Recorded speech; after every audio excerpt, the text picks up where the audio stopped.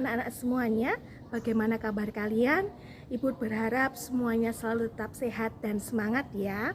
Nah, bertemu lagi nih di semester 2 ini, di tahun yang baru, di semester yang baru, tentunya semangat yang baru ya, dalam mengikuti setiap mata pelajaran yang ada. Nah, pada kesempatan kali ini di semester 2 kita akan belajar mengenai salah satunya ada limbah bahan keras. Nah, di semester 1 kemarin kalian sudah belajar nih mengenai limbah bahan lunak. Nah, untuk kelengkapan materinya bagaimana akan kita saksikan penjelasan berikut.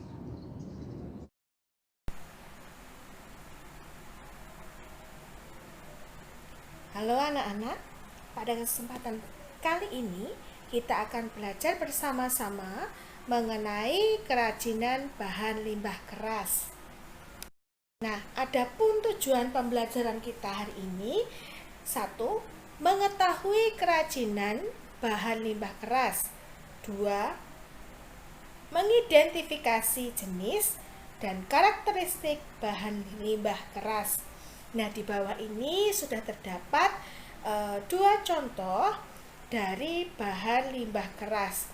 Ada yang dari sebelah kiri, ada dari bahannya dari korek api ya, yang dijadikan hiasan cangkir. Nah, di sebelah kanan itu ada hiasan yang dari kulit kerang. Nah, hasilnya sangat cantik ya apabila ini dijadikan pajangan di rumah-rumah kalian. Langsung saja kita ke jenis dan karakteristik limbah keras. Yang pertama itu adalah limbah keras organik. Nah, limbah keras organik ini itu terdiri dari limbah atas kandungan bahan yang pejal, solid, kuat, dan tidak mudah berubah bentuk. Berasal dari sumber daya alam, daratan, dan lautan. Nah, itu kalau limbah keras organik. Nah, di sini sudah ada contohnya. Ada kardus, ada cangkang kerang, ada tempurung kelapa, ada sisik ikan, kayu, kulit telur, serbuk kayu. Nah, ini adalah contoh dari limbah bahan keras organik yang terdapat di alam ya. Yang kedua, jenis dan karakteristik limbah keras dari anorganik. Nah, limbah ini terdiri atas kandungan bahan yang kuat dan tidak mudah dihancurkan dengan alat biasa, melainkan harus menggunakan teknologi tertentu seperti pemanasan, pembakaran, dan penghancuran. Nah, contohnya di sini ada karet ban ya, kemudian ada plastik-plastik, ada botol, ada styrofoam, dan lain sebagainya. Ini adalah limbah keras anorganik. Nah, seperti yang kalian ketahui, kalian juga pasti ada yang memakai nih. Misalkan botol minuman. Nah, botol minuman yang sudah tidak terpakai kalian buang.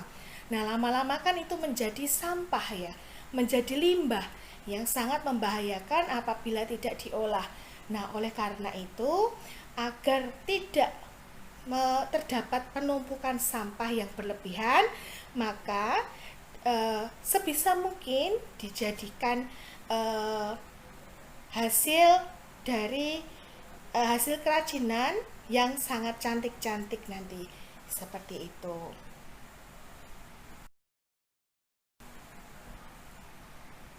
Nah, pengolahan bahan limbah keras. Sekarang kita masuk ke sini ya. Nah, pengolahannya itu bagaimana saja? Nah, ini sini contoh nih. Ada miniatur Vespa. Nah, yang pertama, pengolahannya itu adalah pemilahan bahan limbah. Nah, itu diadakan seleksi bahan limbah keras yang perlu dilakukan sebelum memproses produksi. Jadi, yang apabila bahan-bahan yang akan digunakan sebagai karya, sebagai kerajinan nantinya itu harus diseleksi dulu, tidak sembarangan, tidak semuanya dipakai, tetapi dipilah-pilah mana yang masih bisa diolah, mana yang masih bisa diproduksi, seperti itu. Nah, yang kedua ada pembersihan limbah. Keadaan limbah keras biasanya tidak cukup bersih. Nah, oleh karena itu perlu dilakukan pencucian dan penggunaan deterjen agar zat bekas makanan atau minuman dapat larut dan limbah keras menjadi bersih. Nah, itu biasanya kalau botol-botol gitu ya, itu diambil dari pengepul, kemudian kalau enggak kita yang dari kita sendiri, dari hasil sampah dari kita sendiri, misalkan botol-botol itu harus dicuci dulu supaya bersih, sehingga nanti untuk pembuatannya mudah gitu. Ketiga, ada pengeringan. Nah, setelah pencucian tadi diadakan pengeringan. Nah, pengeringan ini dilakukan secara konvensional atau menggunakan sinar matahari langsung. Dapat juga secara langsung dengan membersihkan menggunakan lap kering. Gitu ya.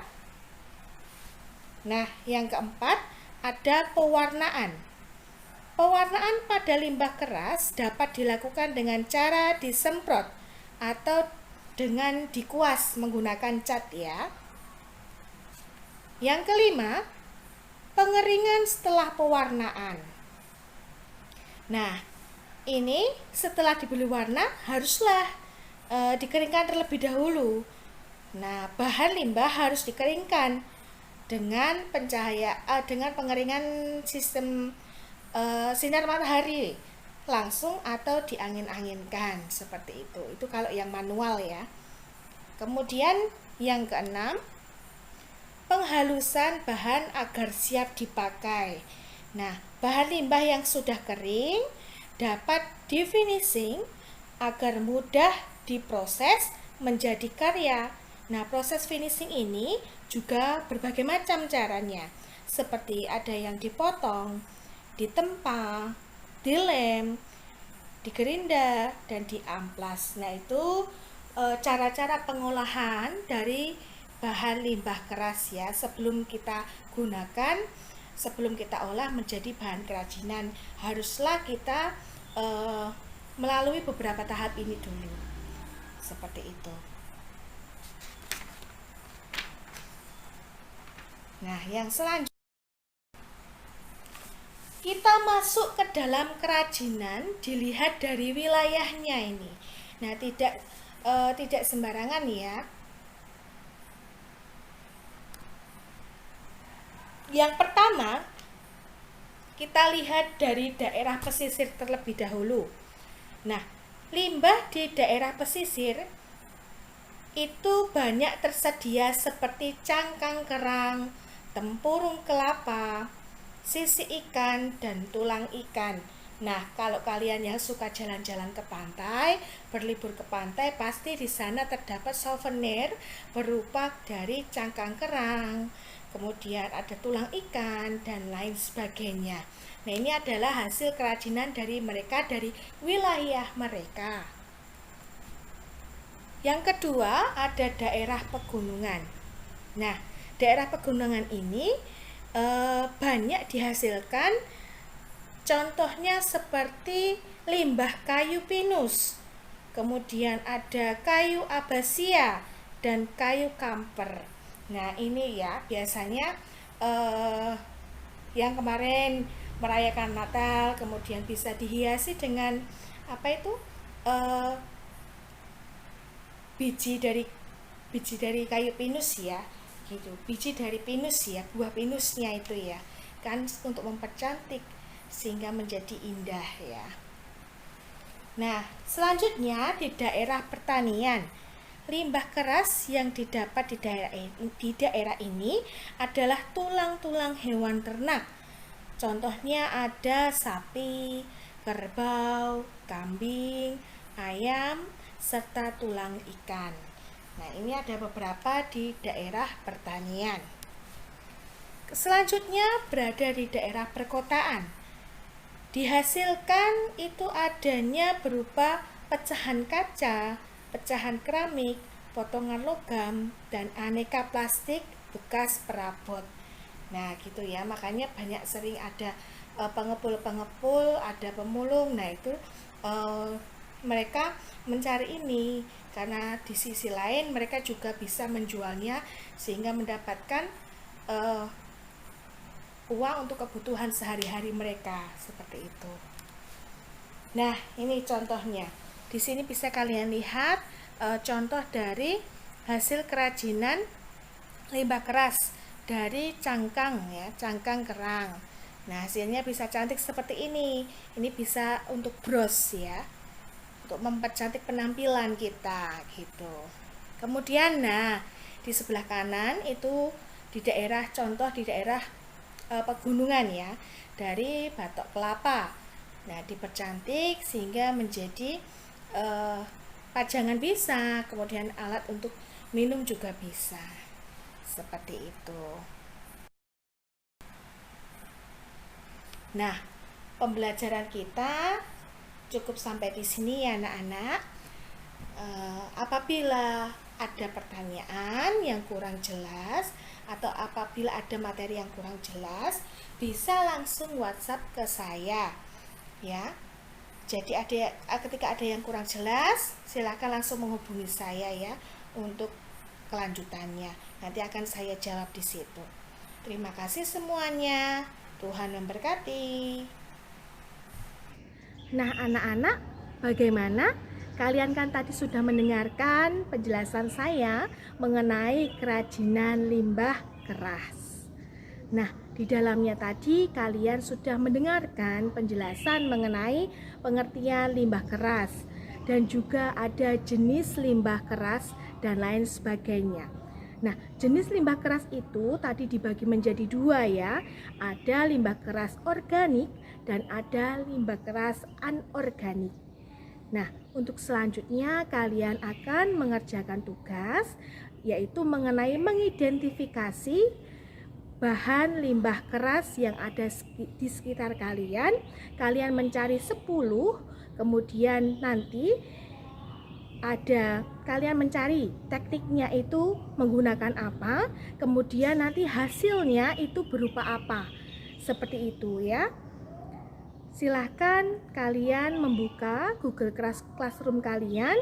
Di situ nanti sudah Ibu sediakan, tinggal kalian mengerjakan di Google Classroom. Seperti itu ya anak-anak. Jika ada yang kurang jelas, bisa ditanyakan saya lewat WhatsApp pribadi. Begitu, terima kasih. Tuhan memberkati. Ingat, patuhi dan jadikan kebiasaan.